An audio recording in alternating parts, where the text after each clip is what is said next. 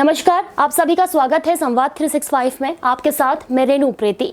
हम जब भी पहाड़ों की बात करते हैं तो हमें सुंदर वादियां और पहाड़ का कठिन जीवन जरूर याद आता है, और प्रकृति की मार और प्रशासन की मार उस कठिन जीवन को और ज्यादा दुखद बना देती है।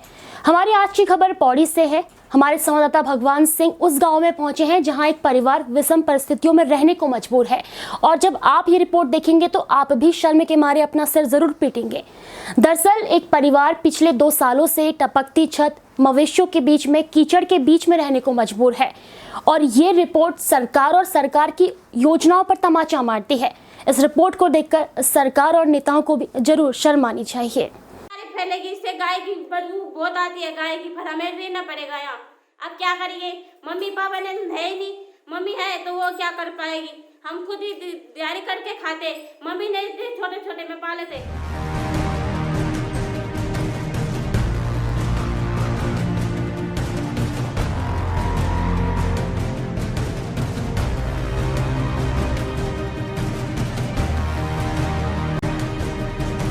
पौड़ी जिले के लैंसडौन विधानसभा के बीरोखाल ब्लॉक की कांडा तल्ला ग्राम सभा के खुरदेव गांव के पंचायत भवन में रह रही ये है गोदा देवी, जो पिछले 2 सालों से अपने 2 बच्चों के साथ गांव के जर्जर पंचायत भवन में मवेशियों के साथ रहने को मजबूर है। गोदा देवी के पति पान सिंह का कई सालों पहले ही निधन हो गया था। किसी तरह गरीबी में अपने परिवार का पेट भरने के लिए मशक्कत करती गोदा देवी 4 गाय और अपने 2 बच्चों के साथ एक छोटे से पंचायत भवन में रह रही है। गोदा देवी की बेटी भी अपनी टूटी फूटी भाषा में किसी तरह सरकार से अपने लिए एक घर बनाने की मांग कर रही है।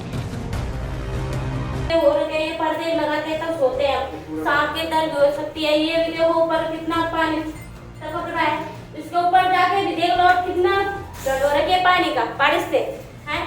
सर आप हमारे लिए एक विनती कर लो। मेरी मम्मी ने तैयारी करके हम छोटे में से आ गए थे यहाँ, मेरे पापा भी नहीं है। आप हमारे लिए एक मकान बना दो सर।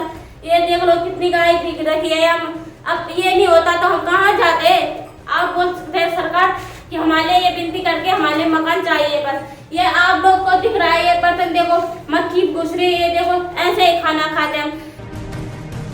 बेटी कहती है कि पंचायत भवन में बदबू और कीचड़ के बीच रहने के लिए वो मजबूर है, और बरसात में पानी अंदर टपकने लगता है और इसके गिरने का भी खतरा लगातार बना रहता है। बेटी भारी आवाज में मीडिया के सामने मुख्यमंत्री से लेकर प्रधानमंत्री तक अपने लिए एक आवास बनाने की अपील इस आस में कर रही है कि शायद किसी के कान खड़े हों और प्रधानमंत्री आवास योजना की कसीदें गढ़ने वालों तक उनकी आवाज पहुँचे। कि ये सारा चूड़ा है और हम यहीं रहते हैं, और ये टूटने का मौका भी दे सकता है, हम दब जाएंगे।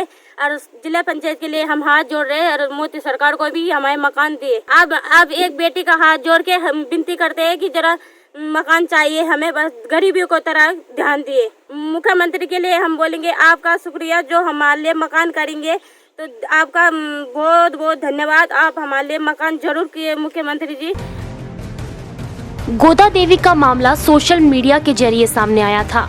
स्थानीय समाज सेवी द्वारा परिवार की स्थिति का वीडियो बनाकर मदद की गुहार लगाई गई थी। स्थानीय ग्रामीणों और समाज सेवियों द्वारा प्रशासन और सरकार से परिवार को एक घर मुहैया कराने की लगातार मांग की जा रही है। मैं ये रिक्वेस्ट करता हूँ गवर्नमेंट से कि जो गवर्नमेंट की योजनाओं के अंतर्गत जो आवास मिलते हैं उनको मिलने चाहिए। अभी फ़िलहाल ब्लॉक स्तर से इनको गौशाले के लिए तो मिल रहा है, लेकिन घर मिलना इनको ये प्राथमिकता होनी चाहिए सरकार को। 4 गाय के साथ ही रह रहे हैं, और आजकल देखो मच्छर की कितनी समस्या होती है। अगर आप मान लो कहीं घास के इलाके में भी जाते हैं तो मच्छर काटते हैं पूरे शरीर को, लेकिन जो सोते हैं वहीं पे कितनी बुरी कंडीशन में वो सो रहे, तो इनका ध्यान मतलब प्राथमिकता से रखना चाहिए सरकार। अगर नहीं यहाँ पर जैसे जीर्ण स्थिति में हाल हो रही, कई बड़ा दुर्घटना होगा तो इसके लिए जिम्मेदार कौन? बड़ा हादसा हो सकता है, इसके अंदर गाय मनुष्य तीनों सबके माने कोई कांड हो सकता है। इसके लिए जिम्मेदार कौन होगा? जिम्मेदार इसका प्रशासन है। जनप्रतिनिधियों से क्या उम्मीदें थी आपकी? जनप्रतिनिधियों को भी ये सोचना चाहिए कि गांव के अंदर अगर समस्या है तो उनको इनका जो भी प्रस्ताव होते हैं गांव के, इनको आगे रखना चाहिए। शासन प्रशासन से लगातार इस विषय में बात करते रहे हैं। हमने व्हाट्सएप के माध्यम से डीएम साहब को भी मैसेज किया था, और जिला अध्यक्ष जी को भी हमने इस बारे में सूचित कर दिया था। हम शासन प्रशासन से मैं अपील करती हूँ कि जल्दी से जल्द उन्हें एक आवास मुहैया कराया जाए। मैं कांडा तल्ला का जो मामला है बहुत ही इस युग में लगभग एक आदम युग की तरह ये मामला सामने आया है। मैं सोशलिस्ट जो भी हैं उनका धन्यवाद अदा करना चाहूँगा कि उन्होंने इस प्लेटफॉर्म के माध्यम से महामान्य को उजागर किया। तमाम सामाजिक संगठन इसमें आगे काम कर रहे हैं और मैं भी इस बारे में कल हम लोग बैठेंगे हीरो खान में। हम लोगों की एक मीटिंग है जनप्रतिनिधियों की और इसके लिए अगर कोई ठोस रास्ता निकलेगा तो उस महिला के लिए हम पूरी मदद करने के लिए चाहेंगे। क्षेत्रीय जनप्रतिनिधि भले ही अब सामने आकर परिवार के लिए मदद मांग रहे हों, लेकिन अभी तक ये सभी लोग आंख मूंदे सोए थे। वहीं बड़े नेताओं की नजरअंदाजगी और टाल मटोलपन से बात बने भी तो कैसे बने। मामले को लेकर विधायक और प्रदेश के कैबिनेट मंत्री सतपाल महाराज से जब पूछा गया तो वो भी लिखित में देने की बात करके पल्ला झाड़ते दिखे।